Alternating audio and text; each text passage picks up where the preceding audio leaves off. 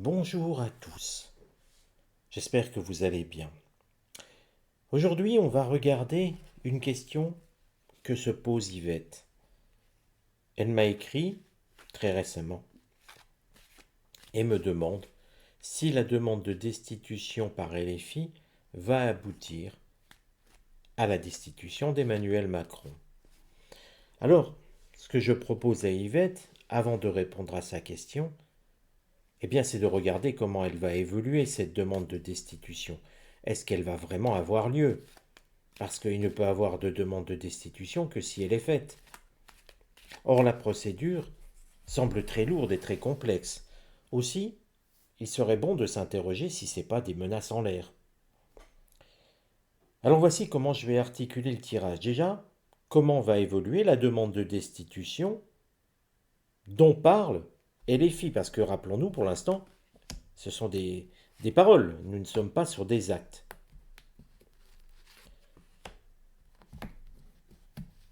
Et puis, on va regarder aussi une question, tant que les cartes sont là. Quelles sont les intentions réelles, les motivations réelles de LFI, la France insoumise, quant à ses propos parlant de destitution vis-à-vis d'Emmanuel Macron? Je repousse ces cartes-là et regardons. Alors, en réalité, on ne sent pas vraiment, déjà ici, LFI dans une dynamique d'aller à l'affrontement avec Emmanuel Macron. Cette carte campagne santé est certes sympathique, mais en réalité c'est une carte où on lâche prise. Alors oui, il voudrait bien qu'Emmanuel Macron lâche prise justement, non pas sur la destitution, mais plutôt lâche prise sur la nomination d'un Premier ministre. En fait, on a déjà avec cette carte l'impression qu'on est en train de vendre du vent, qu'on fait beaucoup de vent, de bruit, de fureur, pour rien. Regardons comment elle va lui évoluer cette demande. En réalité, regardez, on commence déjà par l'étoile de l'homme. On parle de LFI, c'est Jean-Luc Mélenchon. C'est de Jean-Luc Mélenchon que tout part. Encore une fois, nous sommes dans une forme de parole, de fureur, de bruit, et que tout est centralisé sur une seule personne, comme si derrière tout ça s'agitait Jean-Luc Mélenchon, et non pas autre chose. En fait, c'est la volonté du prince de LFI. Alors dit comme ça ressemble un petit peu à ce qu'on disait sur Emmanuel Macron en parlant de la volonté du prince, le fait du prince, mais vous sentez bien qu'en face, avec l'étoile de l'homme, on est sur la volonté du prince, mais là c'est du prince de LFI. En réalité, déjà on ne sent pas quelque chose de groupé. On ne sent pas toute la gauche, voire peut-être, pourquoi pas, le Rassemblement national voudrait peut-être aussi se débarrasser d'Emmanuel Macron. Mais là, non, c'est pas ce cas, c'est pas le cas. Et puis surtout, ici, la volonté du prince, comme j'aime à le dire, c'est vraiment la volonté seule de Jean-Luc Mélenchon, de tordre le bras, de s'imposer. Quelque part, on y sent une forme de frustration. Il sait qu'il ne peut pas être Premier ministre. Il le sait pertinemment. Je crois que nous le savons tous, hein, il ne peut pas l'être parce qu'il serait immédiatement censuré à la fois par les partisans d'Emmanuel Macron, par la droite de Laurent Wauquiez et par l'extrême droite, même si je n'aime pas ce mot, du Rassemblement national. D'ailleurs, extrême droite, extrême gauche, est-ce que ça veut dire encore quelque chose? Autant nommer les partis tels qu'ils se nomment eux-mêmes. Donc là, on a vraiment l'idée, c'est un seul homme qui décide de tout.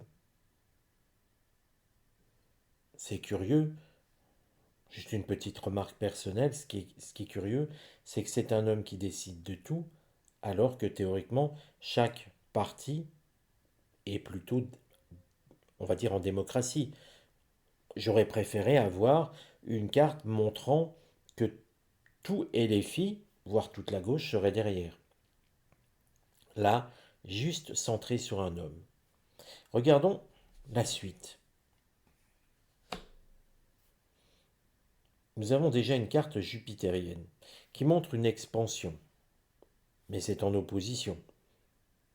Ça veut dire aussi l'héritage. L'héritage, c'est le nouveau Front populaire. C'est ce regroupement de partis qui sont à gauche, qui regroupent les socialistes, les communistes, les LFI et les écologistes. Et puis d'autres partis de moindre importance. Je parle à moindre importance au niveau du nombre. Et vous voyez que là, quelque part, en opposition, eh bien, le nouveau Front populaire, comme il aime à se nommer, n'est pas derrière ça. Donc déjà, on a une demande, on a quelque chose qui est bancal. Ça ne dit pas que ça va aboutir ou que ça ne va pas aboutir, mais ça dit déjà que la France insoumise est un peu seule. Le conseil. L'oracle est très clair, faut pas y aller. Alors, l'oracle est très très clair, c'est le cloître. Le cloître, c'est l'idée d'emprisonnement, c'est l'idée de mettre des barrières. C'est une carte aussi saturnienne, ce qui veut dire que là, quelque part, il ne faut pas demander cette destitution. Alors ça ne dit pas qu'il faut laisser Emmanuel Macron en place, ça ne veut pas dire qu'il ne faut pas toucher à Jupiter, ça veut simplement dire que peut-être il n'y a aucune chance que ça arrive. Il n'y a aucune chance que cette demande de destitution puisse aboutir, auquel cas ça serait encore un revers pour la France insoumise et Jean-Luc Mélenchon. Donc vous voyez, l'oracle dans ce sens-là ne dit pas pourquoi il ne faut pas le faire. La carte ne dit absolument rien là-dessus. Elle dit juste, faut pas poser cette demande de destitution. Même si, bien sûr, quand vous écoutez ça, vous avez envie de vous dire, mais on aimerait qu'Emmanuel Macron soit destitué. Je comprends tout à fait. Je comprends tout à fait, mais quand on regarde le tirage, il ne faudrait pas que ça soit posé ainsi. En réalité, cette demande, il semble que l'oracle considère qu'elle n'a aucune chance d'aboutir jusqu'au bout. Pour information, j'écoutais comment doit évoluer une demande de destitution. C'est compliqué. C'est compliqué parce que il faudrait que le Sénat soit d'accord avec la demande. Or, le Sénat est plutôt orienté à droite. Si les hommes de Laurent Wauquiez disent non, il n'y a aucune chance. Et puis il y a une histoire de 3/5 ou des 2 tiers, je ne sais plus. Honnêtement, je comprends que l'oracle considère qu'il ne vaut mieux pas y aller. Et c'est surtout vis-à-vis de la France insoumise, vis-à-vis de Jean-Luc Mélenchon, ce qui montre que un revers serait encore une défaite de plus.